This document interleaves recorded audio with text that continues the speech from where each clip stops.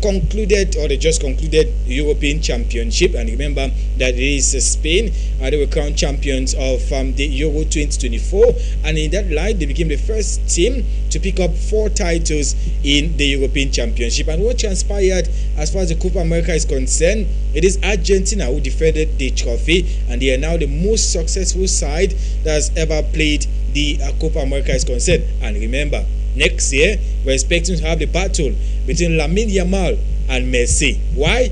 It is going to be the winner of the Copa America to face the winner of Euro 2024 in what is called La Finalissima. It is a competition between Europe and South America as far as UEFA and CONMEBOL is concerned. So these are things that we're going to be discussing today. We're going to be looking at the chances of Boya United. Can they go over the line and pick up our place at the M10 Elite 2 Football Championship? And remember, we only have Option Sports Academy of Bamenda will be participating in this competition. They won the Northwest Mini Interpol, and there's a reporter from Kick442.com that these 2 sides, that is Boya United and Option Sports Academy of Bamenda, are expecting to play a friendly game this weekend. We take on this snappy break. We'll come back. We'll meet our guest on today's edition of the program, and we'll be dissecting these topics.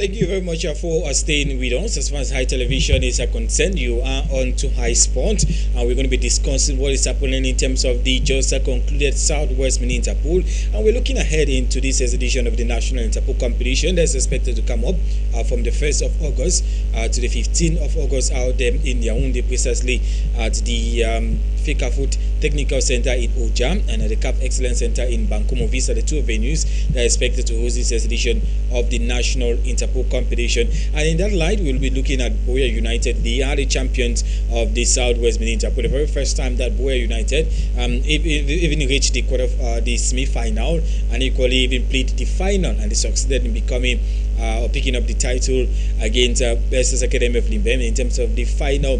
And yesterday or so, it is Boya United, the management of Boya United, the coach Emmanuel Adbo, better known as Alabaz.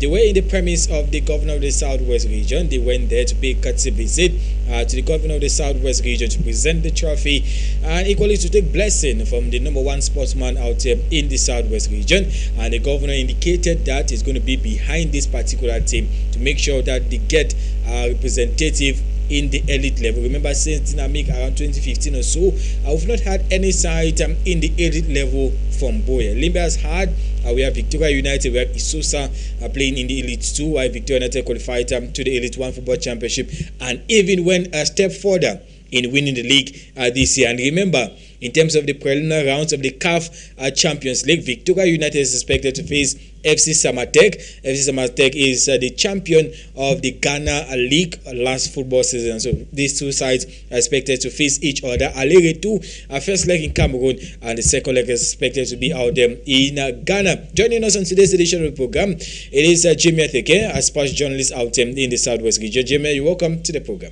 Yeah, good evening, Boris. Good evening to the televiewers out there.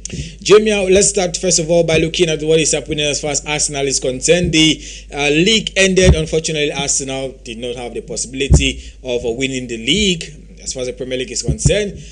Have you been satisfied so far with how Arteta has been going about? Because I think you guys haven't had any signing, to the best of my knowledge, at the moment. Well, we've in the process of signing our one defender. So normally we are looking forward to maybe get a good attacker that can come into beef up the attack line. For you to win the league, you must be able to have an attacker who score 20 plus goals in the season. Yes, last time we had.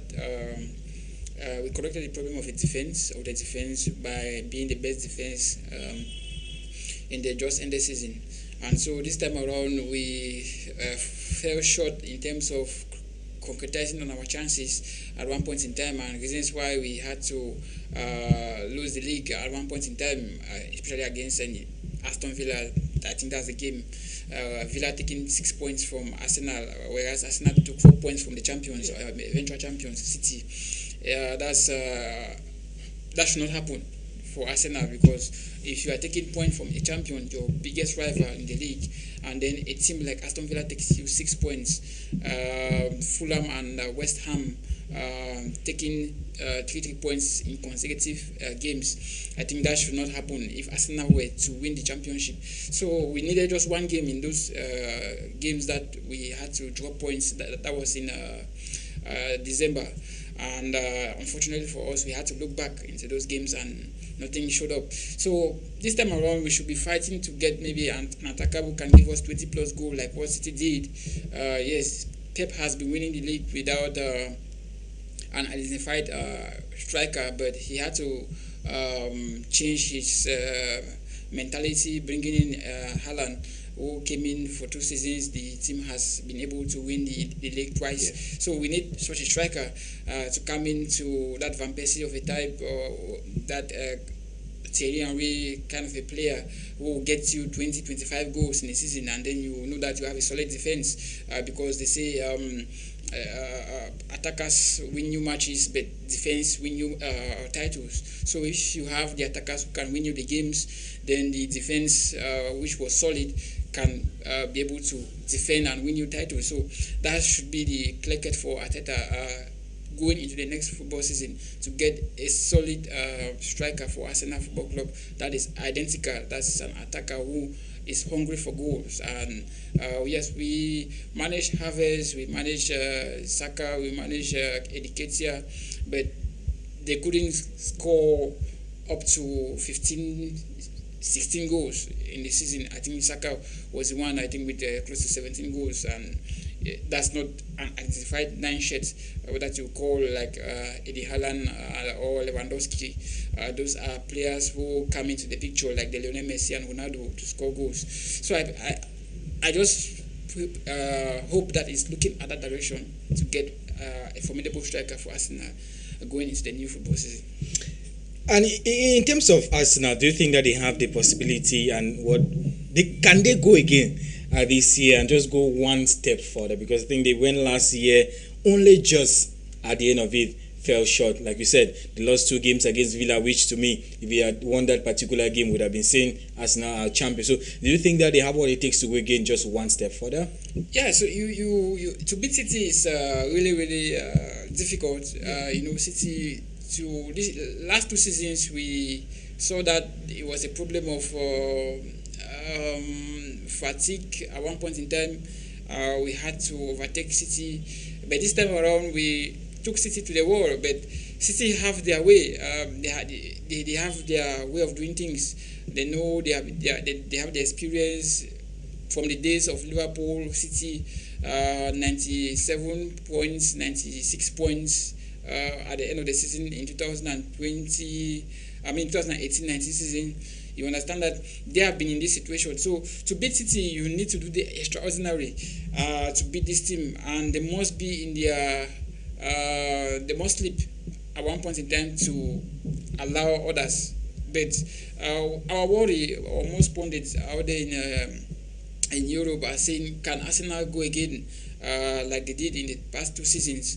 That's another question mark, because City, they always have a consistent team. They always have a team that is consistent. They have the ideology, they have the winning mentality, the mental strength, and that mental strength picks up at the right time of the season. I'm talking of March, April, May. That's the crucial end of the season, and that's where City looks like they're the mark of champions, because when you look at them from August to maybe January or possibly February, you don't really see a City that will go on to win the championship. But once in 8 match, you will see that they come out from their cage and face the challenge, and you see series of wins like 14 wins, like what they did in the previous season. So that's what City, to beat them, you must do the extraordinary. I think this time around, then Arsenal should be looking forward to do the invincible. Maybe that can create something for them to win the championship, because going now losing any game, it might be detrimental to them winning the title, because City, they know that the end justify the means for them, and having a team of that caliber, that mental strength, is difficult to beat. So Arsenal at this point in time must be able to ensure that they do something slightly above City, and I think they should be heading for maybe an invisible side, going the season unbeaten. Then let's see how it happens. Then if they go unbeaten, then City win the league, then I think it's just Pep in a league of his own. But however, I think they have to do something extraordinary to ensure that they get the Arsenal's right, so that maybe at the end of 2025, May 2025, we should be saying we've waited for too long, 21 years. Let's lift the Premier League for the first time. Jamie, let's come to the Southwest region and look at our focus for the program this day. And we're looking at the chances of Boya United at the upcoming National Interpool competition. First of all, you watched the final. Let's do a revisit of that particular final. Many were looking at that final as a possibility of Best Stars yet again picking up the title of the Southwest Mini Interpool. But how impressed were you as to the performance of Boya United? Remember, before this particular game, they had played, I think, 2 extra time games heading into this final. Well, I think normally Boya United, they've proven to be a team. I think these are models which clubs have to follow with the Southwest region. I think they've waited patiently for this moment. Yes, we know how things work behind the scenes, but you look at the situation, you understand that Boya United, they have been a team that is not today that they started building such a formidable team. They've been starting 4.5 years ago when Coach Alaba succeeded Enang Severin as at the helm of the club. That was in 2019. He came in and saw that the old players' football has changed and they had to go in now for the youth. And he himself said it. I could quote him mot to mot when we interviewed Coach Alabas at the BGS field. He made mention of the fact that he is not going to work with mercenary players or mercenaries who will come to the club and you tell them what to do and they will overlook your opinion as a coach.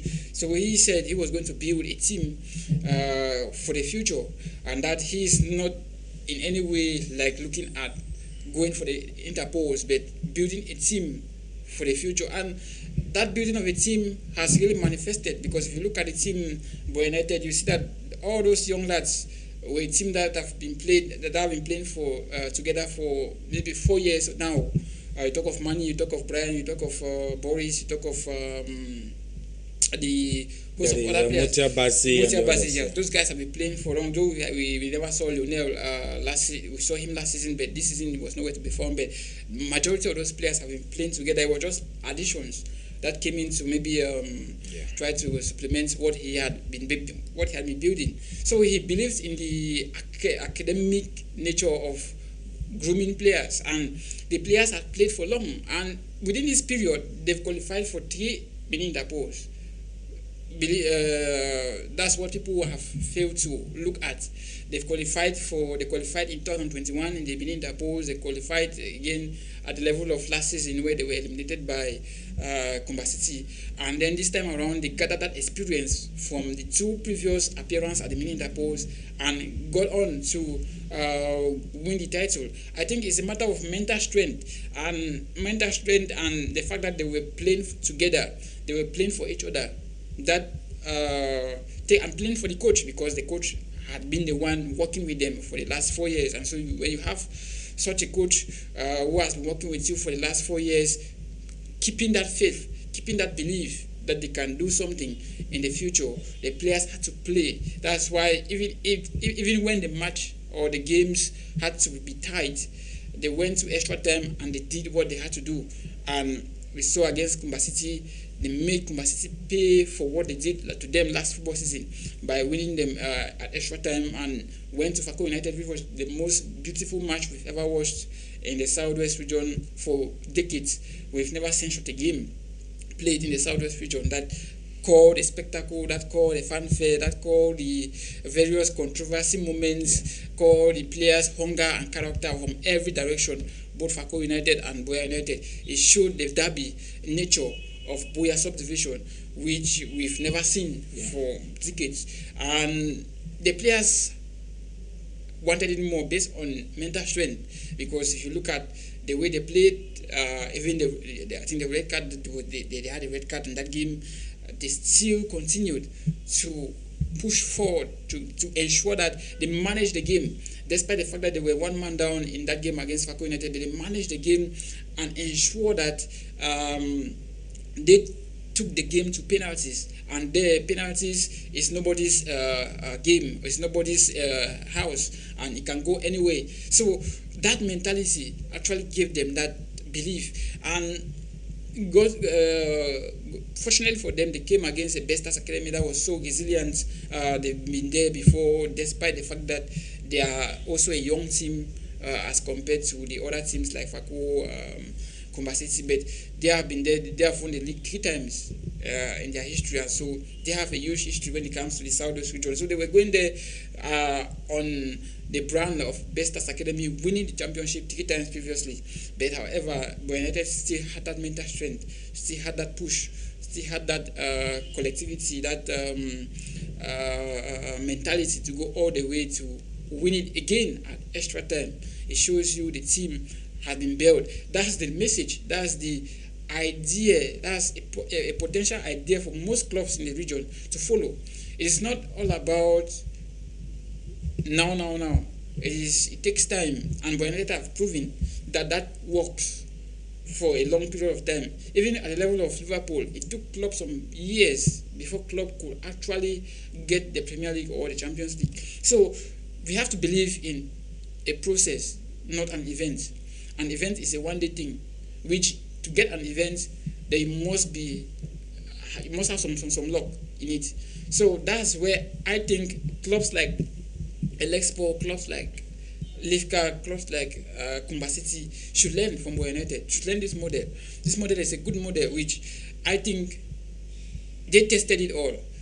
Minintapos twice before this season. They knew where their strength lies. In the previous season, they knew that they could not go further, and they went back to their drawing boards, and this time around they are where they are. I think we have to say kudos not only to the players, but I think to the idea of Coach Alabas. He's proving that he's a man who can actually groom young talents and make them big stars, because those guys are stars. To become champions is not easy in the Southwest region, where you have teams like Sinodef, Option Sport, Kumba City, Elexpo, and the rest, Fako United. You can't just come from the blues and win the championship. This is a team that struggled in the league to score goals. Yes, they picked form at the dying stage of the first phase of the championship, but when they got to the Minintapos, it was a different Buea United we saw, and the team had to play for each other. But going now to the national interpos, they will need now to know that they are going national, and going national, you understand that it is more demanding for the players. Thank God they had to postpone, fortunately for them, due to other regions delay, because their captain had to sustain that injury, which had it been the Interpol had to begin on the 1st of July, then he would have the chance to play in the competition. And he's a one man. He's like a leader to the team. And once you have that particular person that comes in as leader in the team, I'm talking of Elad Boris, you understand that he actually energizes boys. And fortunately for them, he should be part of the first team going to Yaoundé for the national interpose. Now they need to go now to build on their mental strength, because they are not playing against easy teams. They are playing against teams that have been there one way or the other. And once you have been there in one way or the other, you know how the National Interpol works. You know how to play away from home. And that's one key factor that I think Boy United has to ensure, because once you play in the Southwest looks like your home. But when you go out of the Southwest region, how would they cope? How would they react? How would they perceive? How would they tackle the pressure out there in Yaoundé? Because you have different set of fans. Yes, you've seen Fako United, their fans. You've seen the likes of Tico United, their aggressive fans. But when you go out there, you meet fans from the West region.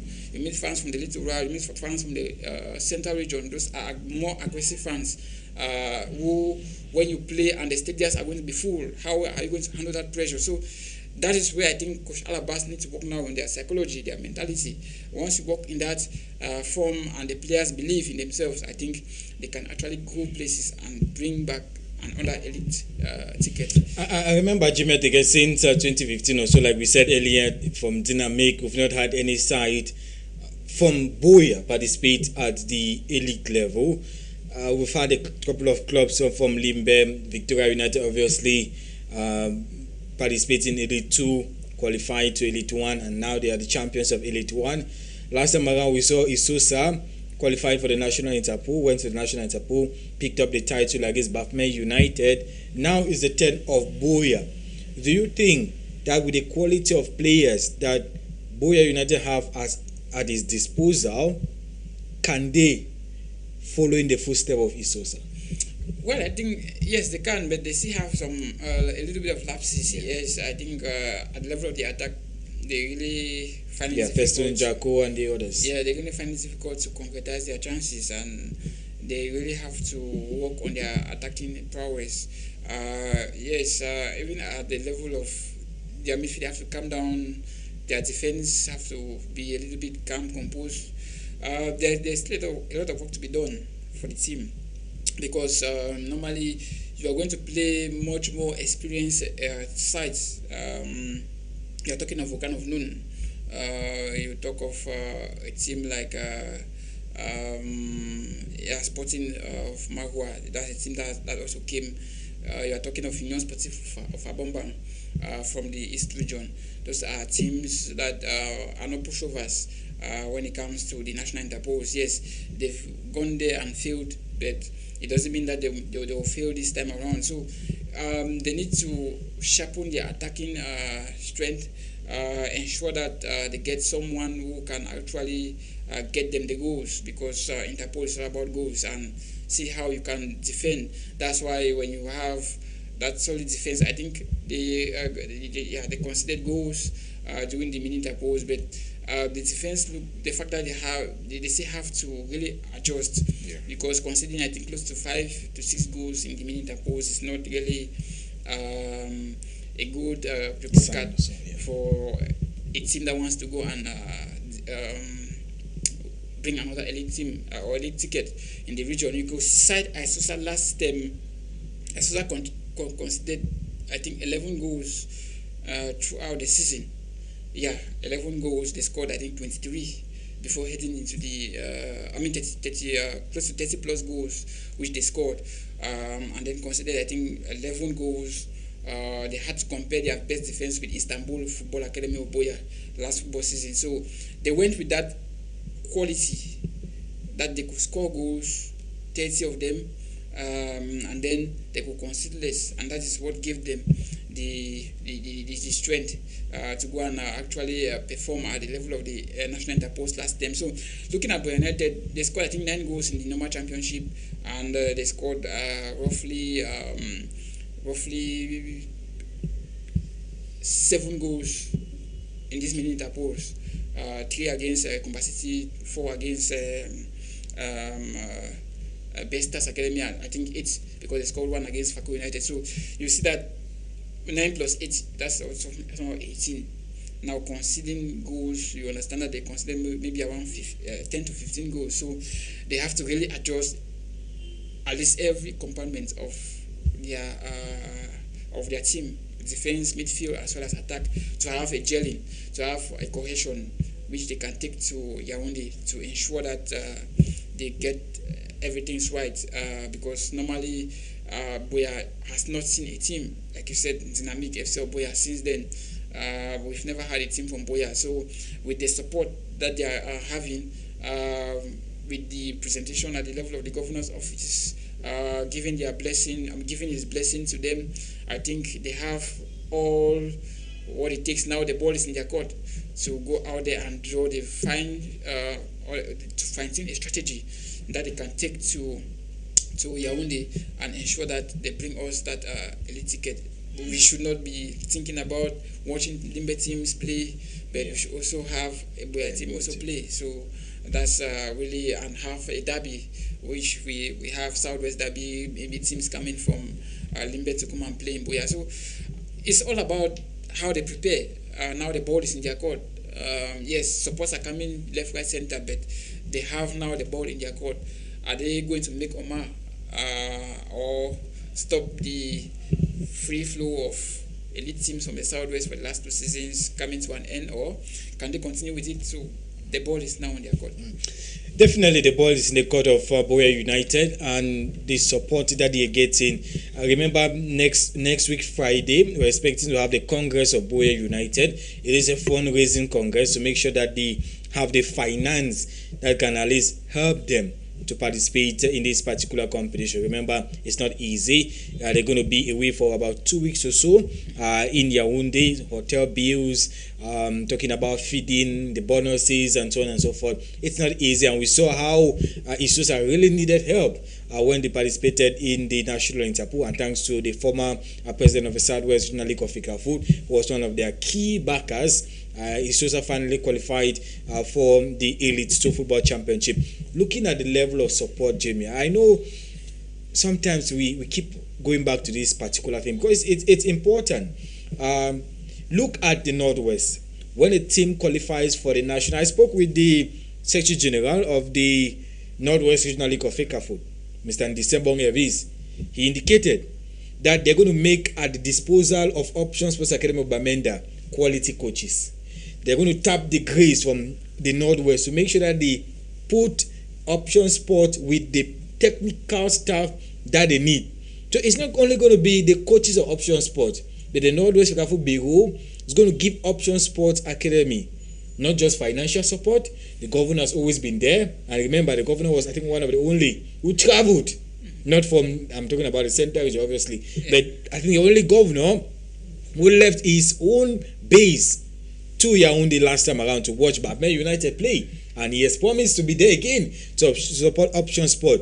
The technical staff are going to be made at the disposal of Option Sport Academy Bamenda. Financial support is going to be given to them from the elite. How then can a team from Bamenda not qualify for the elite level? Looking at the level of mobilization in the Southwest region, do you feel like the mobilization is quite there, or maybe things need to be done to push that mobilization? Well, Southwest have always have their own. We do our things quite different from the Northwest region. Yeah, they always have their own ways, their own way which they have adopted. Yeah. Yes, they are fundraising going somewhere where we see updates. But like you said, it's not all about the finance. It's all about how you equip the team going into the national interpols. How solid is the team going into the national interpols? Who is going to assist Alabas? Yes, it's his first time going into this adventure. We have coaches in the region who have gone there before, like Coach Len Emile. We've had a host of others who have gone. You could cite IC Lucas, you could cite Coach Njoko Barnabas. Those are top coaches who can come in to maybe assist these guys, depending on the vision of the bureau. How they want to prepare their team to go out there and grind out results. So yes, they have started with the financial support. Yes, finance is one. Like you said, the fundraising is coming. But now, as you said, that's that technical aspect. How are clubs going to assist? How are clubs going to mobilize funds? how are things going to be done to ensure that fans also get a taste of the National Interpol. So all those things, yes, they are still to be discussed. Like I said, the way Saudi is their own model which they have assembled. Maybe we'll fancy a situation whereby we saw how mobilizations came in from Esosa when they were about to play the semi-finals of the National Interpols, and we saw a huge mobilization from elites, from chiefs and so forth. We saw how Karl Mukake came to Buea, to the paramount chief, and we saw how he cried to the paramount chief of Limbe, and mobilizations came in from left, right, center at the level of the Prime Minister's office. Can we have that same mobilization? It's all about how the club to relate to its other stakeholders, because we are talking here about the region. You as a club, you must know how to relate with the different stakeholders, maybe the elites and the administrators or whatever. Like what Isosa did, we saw how the president himself went to the various chiefs and cried for support. So it's that's the final picture. Yes, it comes from both sides. The bureau, the various stakeholders have to ensure this team succeeds, but now the team too has to play their own role to meet the various stakeholders and say, okay, this is a team, we are going, this is what we think we can. Maybe the fundraising is also going to help. That's another way to relate public relations to get the support from stakeholders. But I think the bureau now, the aspect of having the technical aspect, maybe coaches, a cream of coaches coming from the Southwest region to assist, I think that has to do with the bureau. Well, the bureau has to, maybe it's all about the bureau and the team. Do people need help from maybe coaches we have? Can we contact them to get to you to see how you can properly manage your time, your tactics, how you can play at the level of the Interpols? You're going to Yaoundé. Len Emi was there in Yaoundé and he saw what happened. So he knew the experience. He won the champion. He won it. And so that's a coach that can come in to assist. We've had IC Lucas to Victoria United. He was there and he also saw how things happen. So you need all those coaches to give some ideas. But it all depends on the team in question, as well as because it might provide them and the team refuse and say, no, we are comfortable with what we have. So it's all about the team and the bureau, how they relate. That can happen. But in the Northwest, it has always been that their case, their tradition, that such things happen. That's why you see they always come under one umbrella to do what they are doing out there in the Northwest region. But now in the Southwest region, with the way we are, we have our own way of reasoning. So, but now we all depend now on whether the club accepts or the bureau is willing to do it. But we wish Buea United well. We wish them well. They have played good football. They have demonstrated the act of football growth, the act of patience, the act of having a project as a vision, having a vision to ensure that you take a roadmap to ensure that you succeed in future, to build a solid foundation so that once fruit start healing, you know that you have built something. And that is what I think, even if they fail to qualify for Elite 2, but this model should be a model for most clubs in the region. They know themselves. Kumba City 1, Lespo 2. Most of the clubs, Tico United 3, those are clubs you have to build, like what Buea United has done. You build from scratch. You can get additions, yes, it's good, but you build from scratch to get your team at least 3-4 years. Then you go now, you can test the waters like what they have done, and it's the fruit of their labor. So at the end of the day, is how relations are done and how things are being done off the pitch. Remember, I told you that for football or sports in general to perform, you must have what happens off the pitch. So it's all about now the organization, how the bureau organize the team, how they travel. Yes, there's a congress on Friday, but now the Interpol is supposed to begin on the 1st. How they travel? But Jimmy, so, in terms of that Interpol, to me, I'm still foreseeing that Interpol is going to be pushed because, like I said, Littoral, they are entering the mini Interpol this weekend. Match day 14 concluded today, so I think the remainder of the teams are expected to be known later this evening. They already have a program of activity. They're expecting to play the final of the Littoral Regional League, I think by the 30th or so of this month. Central Region is a totally different ball game. To the best of my understanding, I expect the National Interpol to be pushed forward again. Well, pushing the National Interpol again will be a disaster because normally... Yeah, because we're talking about the Central Region that referees have been protesting, and it's only just today that they resumed. They were expected to resume. I don't know if finally they resume, because I think the referees were paid about 24 million, according to what we're getting from our colleagues out there in Yaoundé. They paid a couple of amounts. They were demanding more than 24 million as old bonuses for the past couple of years. So they were paid. Not all, but they were paid some money to make sure that they go back to the field. And they had programmed the games today. They have not even concluded with the first and second round of the championship, and that's why I just think that the National Interpol is going to be pushed forward again. Yeah, it's a possibility normally to push forward, but but should we push when just one region? At this point, I chose the Central Region. They can do the Northwest way. Maybe they can do the Northwest way and say, okay, we've homologated the matches due to meet up with the calendar. They just take one or so. They just maintain the groups as it stands, and then go to the mini interpols and then get our champions. Yeah. So I think they have to do anything so far as it goes with the fact that football is the one playing, then they can do it. But it's rather unfortunate that we find ourselves in this situation, because normally the federation, each time I've watched this particular federation, in fact previous federations too, not only this one, they always have this mentality of putting their chronogram make known before the start of the championship.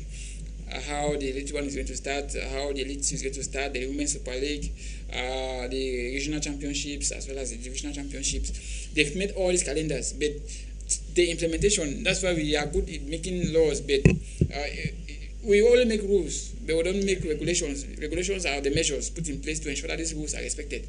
Now, once you make rules or you make laws, you must make sure that there are measures that are created or outlined to ensure that these rules that you have created are respected. But now you just come out one morning and say regional championships will begin in January.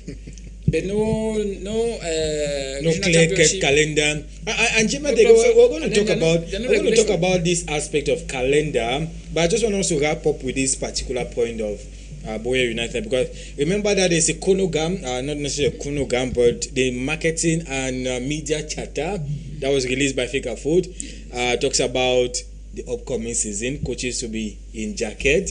That's something that we're going to be looking at, and also talk about this aspect of having a clear-cut calendar, because unfortunately we don't have that yet in Cameroon.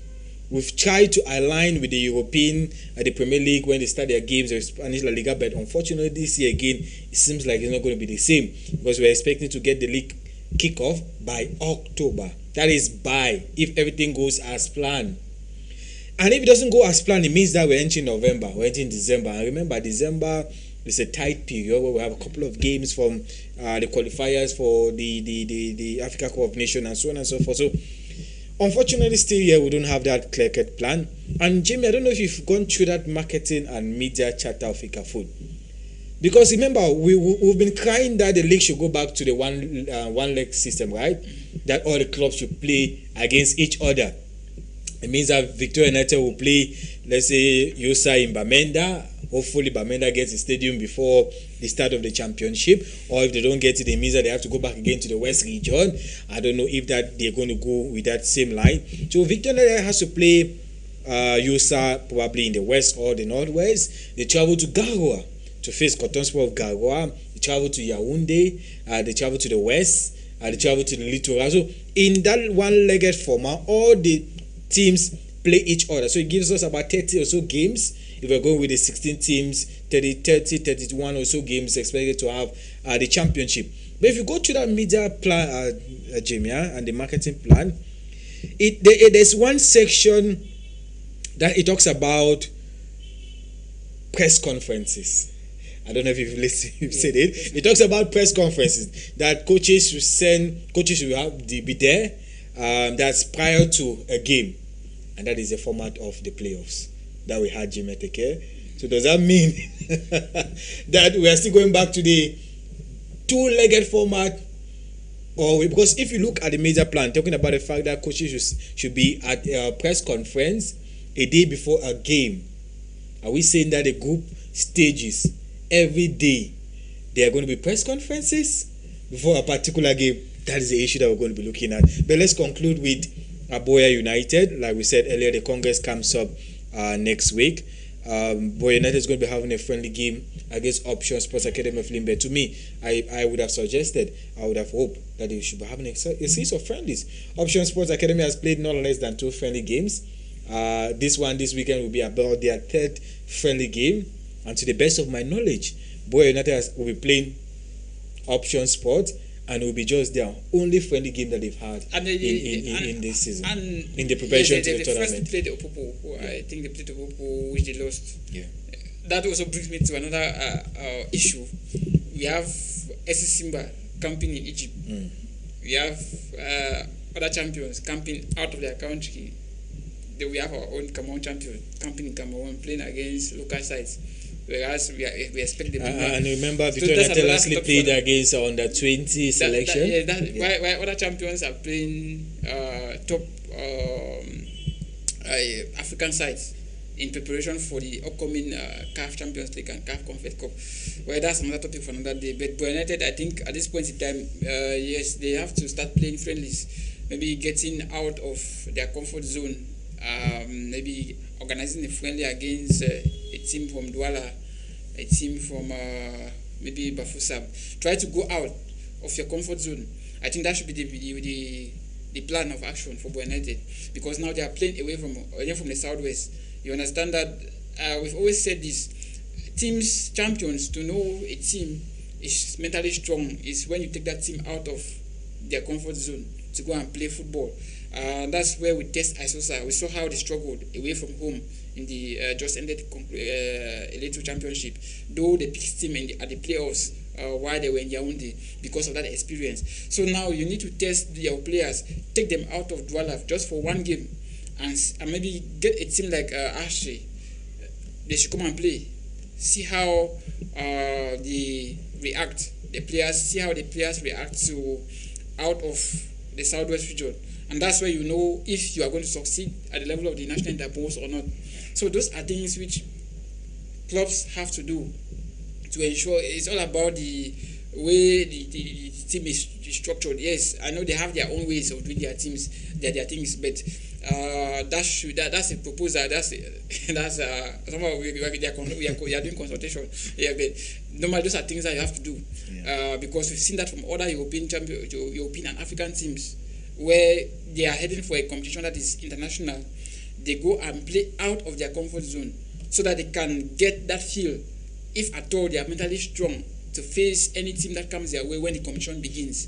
That's even before the AFCON or before the Euros. You see that teams camp in other countries because they want to see if those players can withstand away from home. So that's what, even down at the level of our own regional championship, once a champion emerge, you must be able to play at least 2-3 friendlies out of your comfort zone. But it's their own way to take maybe the teams within the Southwest region to play. It's all about preparation. It's all about keep fit. It's all about ensuring that you go to the interpost fit enough to face the challenge. So it's their own modus operandi which they are taking. But I expect that they should do more. You have to do more to ensure that you are going there with all confidence, with all zeal, with all the mental strength, so that you can get the results that is needed back home. Jamie, let's conclude as far as the Cameroonian page is concerned by talking about this marketing and media charter that has been released by the Cameroon Football Federation, FECAFOOT. And in that media charter, there are a lot of things that have been talked about in as much as it is in line with the media. There's equally the aspect of the marketing. I remember that when we look at the club jerseys, the clubs fought a lot last year in order to maintain their own sponsor, especially Isosa, who had one of the sponsors, MTN, and down they had their own sponsor. I think they call it Dynamo had a Canal Plus on the front jersey, and at one moment in time they had to use tape just to make sure that they blur their own sponsor as far as the front jersey is concerned. Fecafoot has been very strict. They said this year all the clubs should follow what they have outlined. It means the front jersey, it is solely that of the Fecafoot sponsor, MTN. No other sponsor is to appear on the front jersey. Back it is of course 1xBet. The sleeves we have Tiof, another sponsor, and CTFP, which is the body organizing football as far as Cameroon is concerned. They've equally indicated that all clubs should have team press officers, not any kind, but the names should be written and sent to the Cameroon Football Federation. And the other aspect of the coaches, which has caused a lot of issues on social media, Fecafoot has indicated that all the coaches and anybody who sits on the bench as a coach of a club, be it in the Elite 1 or the Elite 2 Football Championship, they must be in jacket. I stress again, the coaches must be in jackets. Now you ask yourself a question, what do you mean by a jacket? Jamie is putting on a sweater. There are other forms of sweaters that are in that form of a jacket, and just this alone, Jamie, is regarded as a jacket. Just this alone can be regarded equally as a jacket. So it's not entirely the whole suit that you come with a tie and you put everything. So you can just put this on with your t-shirt and you're fine to go, and you can sit on the bench as to what Fecafoot is saying. Jamie, I have two questions that I want to ask first of all. I think first of all we'll have to say it's a good move to make coaches dress properly. But don't you think it would have been, because remember, it is the coaches who agreed. They sat in the meeting and agreed that they need to look better dressed.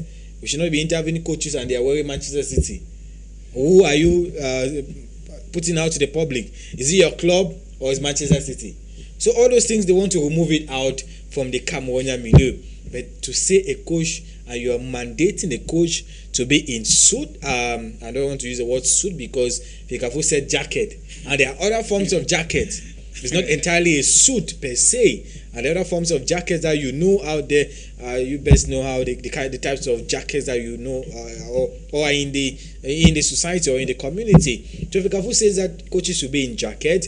The technical staff, that's the medical personnel, the assistant coach, the team manager, and other players have to appear in the attire of the club, which is good because you want to see some kind of modernity, uniqueness in the clubs. If a coach fails to appear in a jacket, Jamie take 100,000 francs CFA is a fine. That means if I appear today in, let's say, a t-shirt or so, 100,000 francs CFA is my fine. Next match they do, I come again with something else, that's 200. So by the time the fines are accumulated together, that's a whole lot. So it's used as a deterrent to make sure that the coaches adhere to this rule. But my question is, shouldn't it be left to the coaches to dress properly and neatly than mandating them to be in jackets?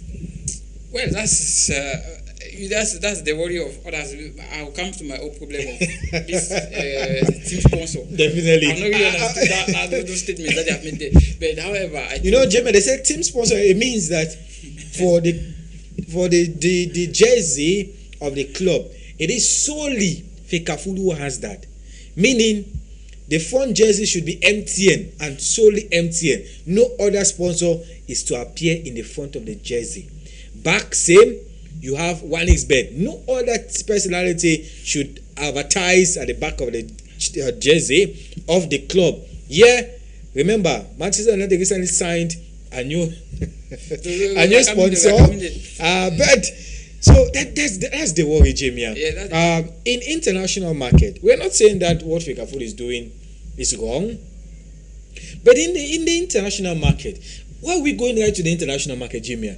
Nigeria is our borders here. Look at the sponsor that they have. Let's go down to South Africa, Mamelodi Sundowns. Let's go to Tanzania. Let's go to Tupisa Mazembe. Let's go to Al Ali. Let's go to the club out there in Morocco and a host of others. Look at the jerseys of these clubs. Is it the jersey? Is it the sponsor of, in code, the federation of these countries, or their own sponsor? Because it is an avenue where these clubs can make money. Well, normally with the issue of dressing code, I think at that level we understand that yes, coaches ought to have it's a norm that coaches must look good, must look decent. While being at the touchline to coach, there are various players playing on match days, but it is not a must that a coach must put on a jacket. We should make that clear. I think the federation is mistaking this for their own benefit. I think they should instead communicate. That's why when I sit back and I listen to some of these decisions that have been taken, I doubt if these people have actually advisors who really advise them before taking decisions. Because you don't just take decisions because you want to take decisions or because you feel like you are being criticized and so you want to take something that people will say you are taking decisions. No. You must be able to take a decision based on the sport. You are developing the sport. And if you want to develop the sport, you must be able to look at, and know there are coaches who will never like to put on jackets to stand on the touchline, but they can put their tracksuits and their face cap like Jurgen Klopp, and they do their job whatever I want to. But we are saying that once you are putting your tracksuit or your kawe or whatever, it should look neat. That's what we are saying. If you are putting your jeans like Pep usually does, the fashion design like Pep usually does with his outfit, he wears his fashion design and he wears his t-shirt and puts on his mini pullover, which it makes him look good. Yeah. You go to a coach like Mikel Arteta, he puts on his material trouser. Jimmy, but Jimmy, the question I want to ask is, why are we using these guys as examples when we have our own coaches who dress properly? One, we go to Youngster Academy of Bamenda. This guy dresses neatly, and you will not see, probably in his own personal, you will not see any fault when he's on the touchline. Look at the coach of Cotonso of Gagua, Daniel Braid. The guy comes with his jean, tuck in, neat cotton sport attire. He's properly dressed. You look at Sosin, please, who coach Panther, came with his suit properly dressed, and others who don't wear a jacket. So definitely. So why? My problem here is, must it be mandated that it must be a jacket? Yeah, that's where most people are having a problem. Normally, not every coach wants to put on a jacket. Yes, you might put on a jacket when you want to go for press conference or whatever, but not every coach likes to put on a jacket when he's on the touchline, because there are some coaches that they are also emotional, and being emotional, you need something that is light, that will relieve you each time there is maybe your player are not playing what you want them to play. So I think the federation, that's why I say that who is really advising these people. That's my question, because if you have good advisors, you will not have such decisions being taken. But we have to blame the coaches to themselves, because if they come to an agreement and they have a meeting to say that we need to dress, the issue now is there's no dressing properly and not dressing as in putting jacket. Yeah. That's the issue. That's I mentioned. I said you can put on your kawe of your club, your tracksuit and everything, but it must be neat. Yeah. You can decide to put on your dress like how they call this coach. You can decide to be like let's see how Alaba's outfit. Not so. Alabas comes to the attire of Boy United. So too and Jofa Sachunen. Jofa Sachunen comes the same with his best attire. But they look neat. Look at Fako United, the way they come. Yeah. Their coaches, you see their they have the name of the the club behind his coach. Yeah, coach. That's it. It's just for you to be decent. Yeah. We don't want to see Man City on the like, bench. We don't want to see a basketball attack. That's what we want to eliminate. Yeah, that's it. So, like my mind, let me say this. I'll say like Boso comes with the put on the waist back. That's not proper. So those are things that we want to. But he puts on a jacket. Yeah. He puts on a jacket. Boso, I'm talking about Boso. Yeah. He puts on a jacket. But what makes it much more devastating is that he comes in with his waist back. That waist back is for what? So look, we should not look at a must that we should put on jacket. That's why I keep asking, who are those actually advising these people to take decisions? Because if you are watching, we have watched Elite 2, Elite 1 football. We've seen coaches who are decent.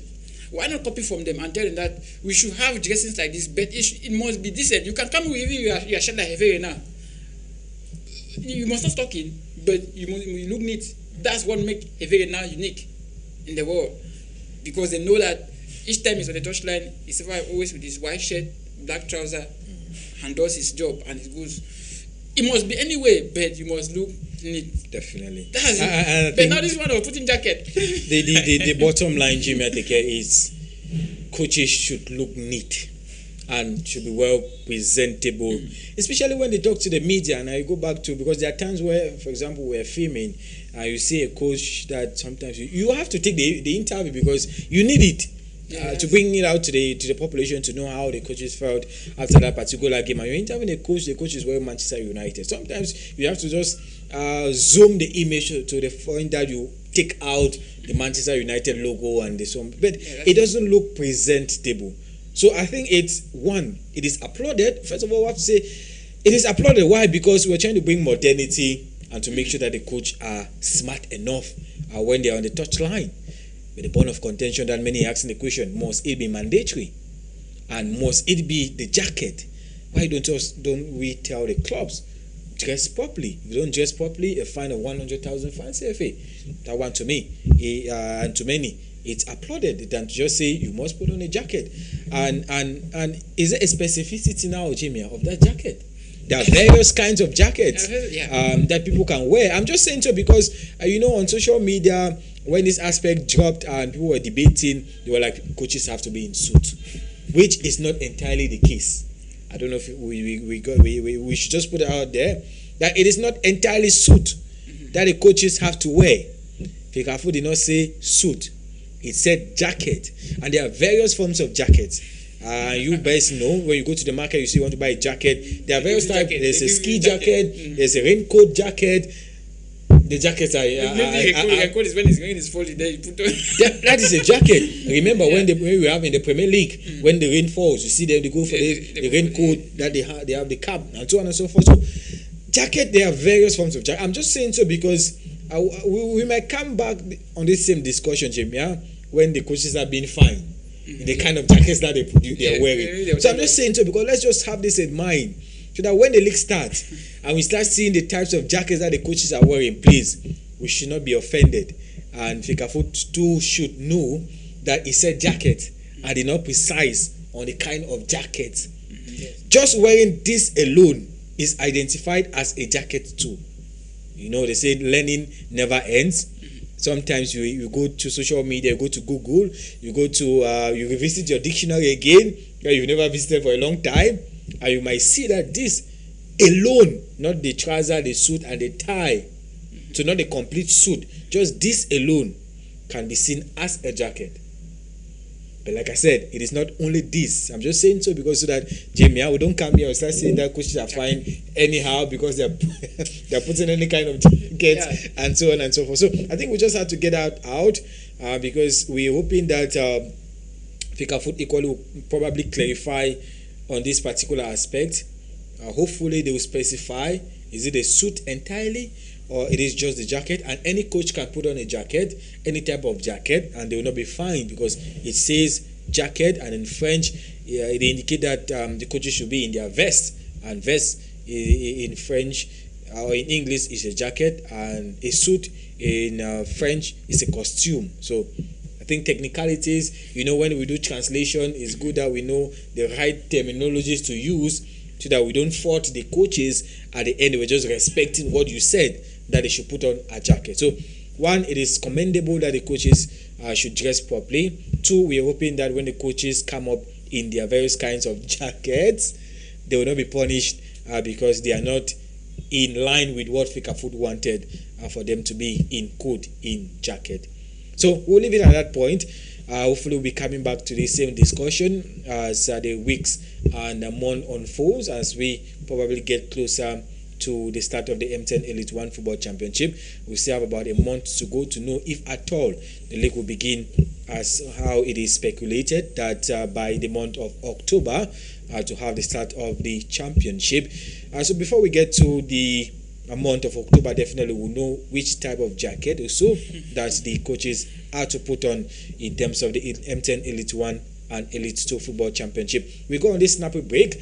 When we come back, we move to the second segment of the program, and we'll be concluding by reminding you as to what transpired as far as the European Championship is concerned, and equally looking at the Copa America. It is Argentina who defended their title, picking up the victory against Colombia Stadium.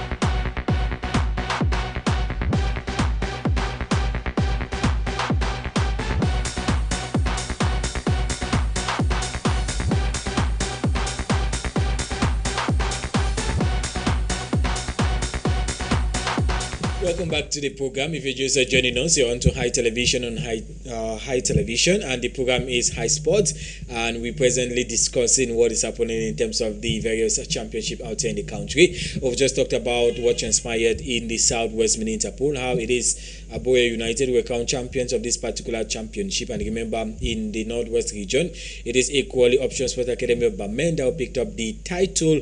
They're going to be meeting Boy United in a friendly game coming up this weekend. In the West region, we had the champion equally already known.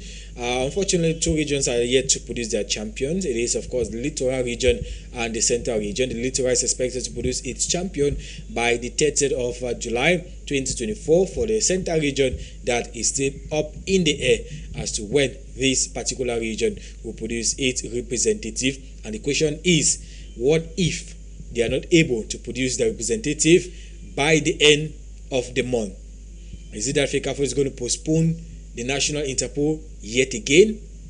Or is the Central region going to do magic and agree among themselves and say, okay, let's put this team at the National Interpol? That's a big question that we're waiting to see. Remember, we are barely 2 weeks to go for the conclusion of this month. And so by the end of this month, we're going to know whether or not the Central region can be able enough to produce its champion by the end of the month. Let's now move to the European scene, and our focus now is on what transpired in terms of the European Championship. We had the Euro final out there in Germany. Jamie Ateke, many say the best team won the Euro 2024. The best team in Spain, obviously. They had many, looking at it, a tough run of games. Remember, they played Italy, they played Croatia, they played Germany, they played France, and they played England to win the trophy. Satisfied as to the fact that it is Spain who finally picked up the trophy, or do you think that England just lacked that last push to win that particular trophy? Well, I'm satisfied. Normally, yes, I'm satisfied the fact that Spain won and they had a better side than any of the 23 other teams that played the tournament.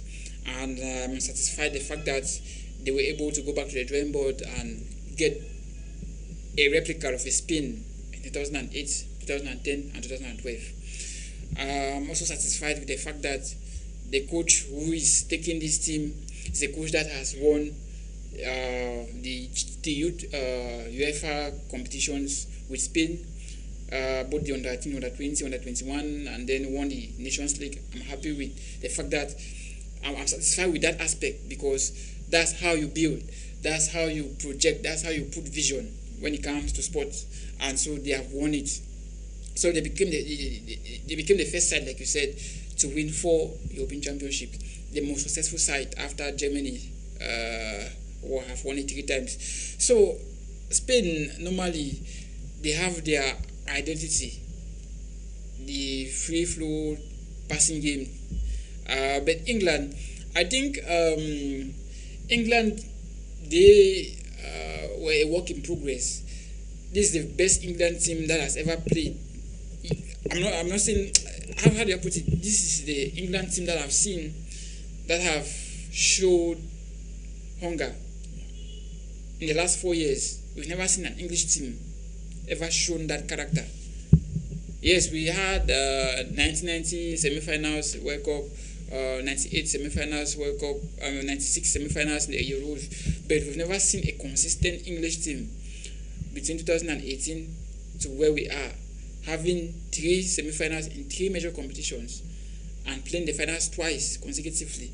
We've not seen that English side in the history. Yes, they've had greats of Shiva, Bobby Moore, Bobby Charlton, you can name them, but we've not seen that consistency. But now it comes to the problem now of cohesion.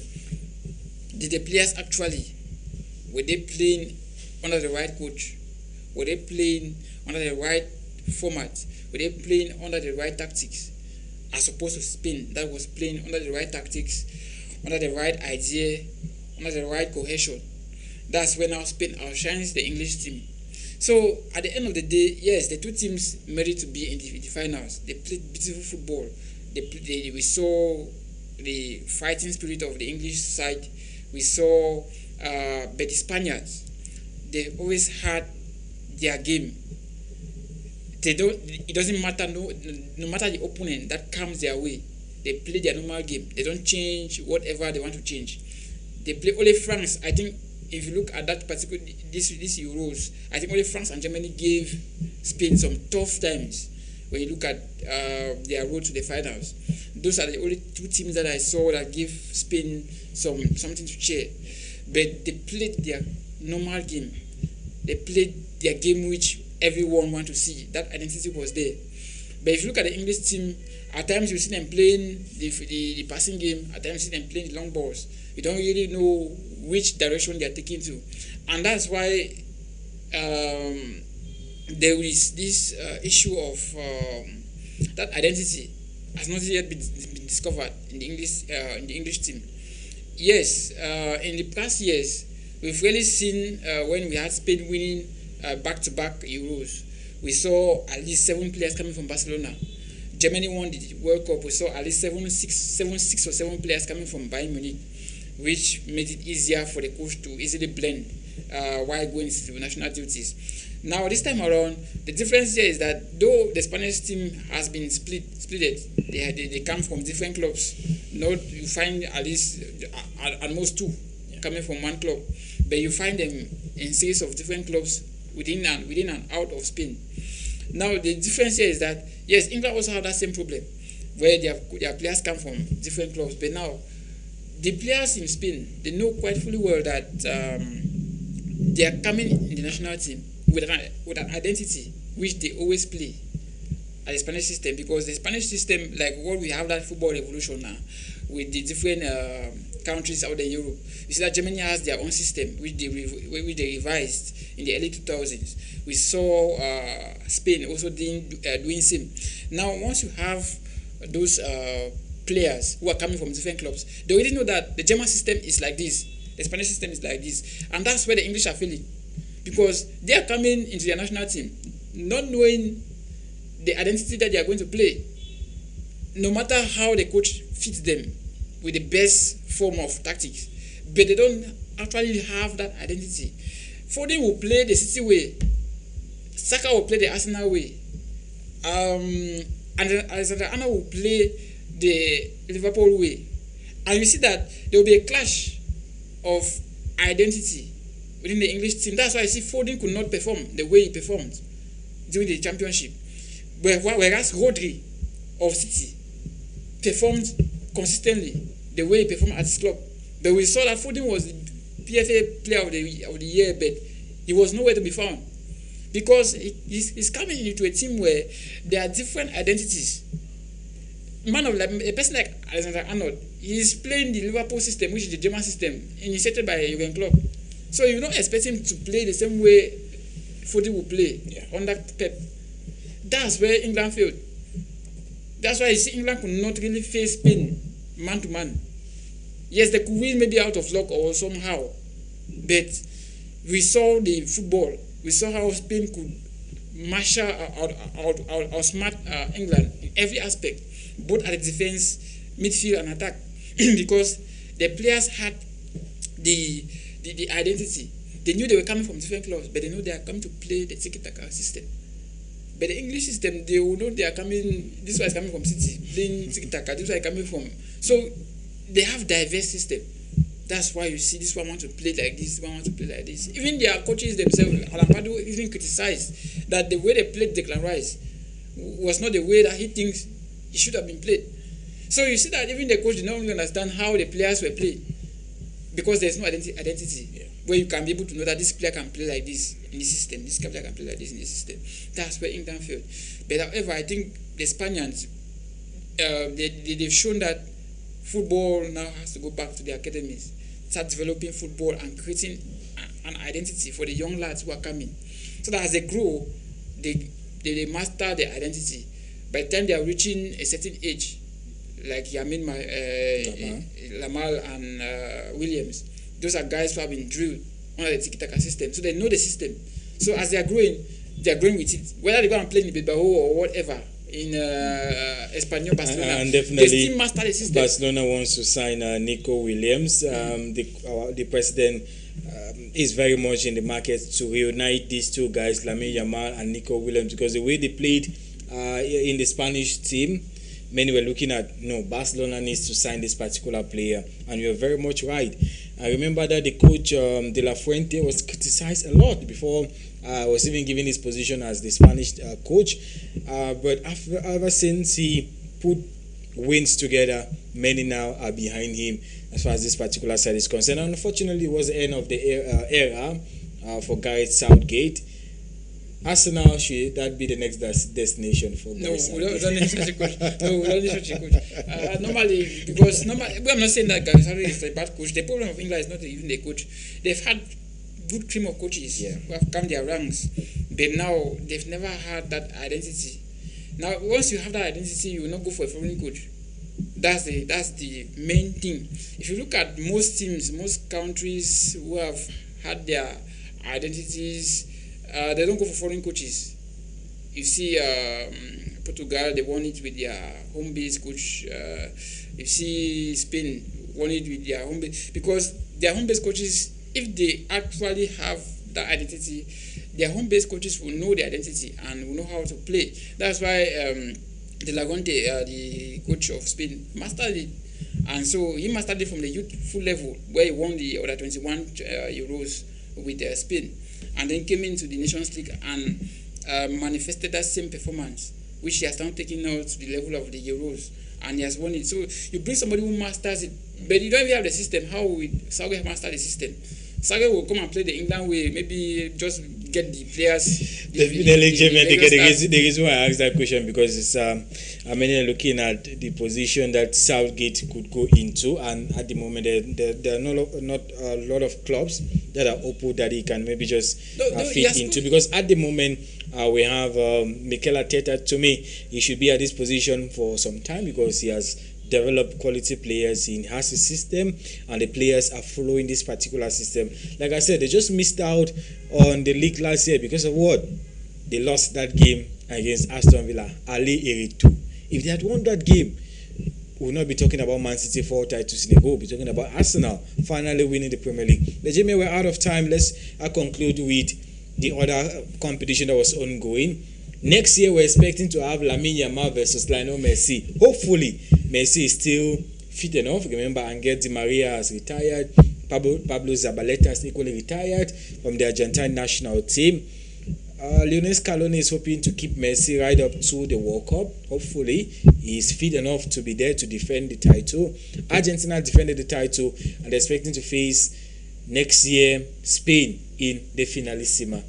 Talk to us about the final as we end the program today. Well, normally, the final is played like champions between South America and Europe. Yeah. They are the most successful side when it comes to our continents. Yeah. When it comes to world football, these are continents which have demonstrated consistency when it comes to football, especially winning the World Cup and the Confed Cup. Yeah. They've always been in competition.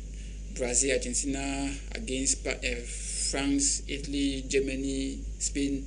Those are the rivals when it comes to world football. So I think bringing such situations is to show who is tougher. And I remember there was a question as to the fact that they say, I remember Kylian Mbappe indicated that South American football is not as competitive as European football. But if you look at the last Finalissima, it is Argentina who picked up the victory against Italy. South Americans, they have maybe thrown their scripts which they used to dominate football in the past years. And Europe has seemed to have taken another step to dominate, because since 2002, yes, Argentina, it took so long for South America to win the World Cup. But now Europe has gone back to the academies, tried to develop systems here and there, German system, Spanish system, Italian system. We've had even the Dutch also have a system. That's why I see them always having that consistency. From the Ajax Academy, you see that PSV Eindhoven, they have that almost identical system, style of play, which they have been playing for the last couple of years.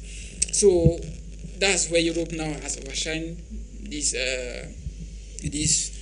South Americans. That's why even Cafu said it, that the Brazilian football has dropped. Ronaldinho said it, because most of these players, when they go out there in England, they are being hyped, thinking that they are stars, but when they come to their national team, they flop, because the South Americans have not been able to start developing. Look at how Neymar left Barcelona. We've really had that Neymar player develop at the Brazilian or the South American Championship and reached a certain level before going to Europe. Most of them are. I remember that if you look at Endrich played in South America and he has been signed by by Real Madrid. I beg to say, there are equally a couple of players who played this season. They were in code, like you said, hype, and they've been snatched by European clubs. Yeah, so that's it. So they really need to also look at how the Europeans have gotten to where they are. In the early 2000s, try to maybe modify. Yes, they are good in the continent in terms of football, but I think Argentina is the defending champions of this final. Yes. But playing against Spain, I think Spain might just be a hard one to crack. Finalissima next year, very, very crucial tournament that will be coming up. The winner of the South American League, that is the Copa America, and the winner of the Euro. That's the competition that was hatched by UEFA and CONMEBOL, that the two parties play against each other as far as this particular competition is concerned. And last time around, I think it was in 2021 or so, it is Argentina who picked up the title against Italy. I think it was 3-0 that Argentina picked up that victory. And so next year, hopefully, it is reported that it might come up by the month of July, ending July or so, for this particular competition between Spain and Argentina.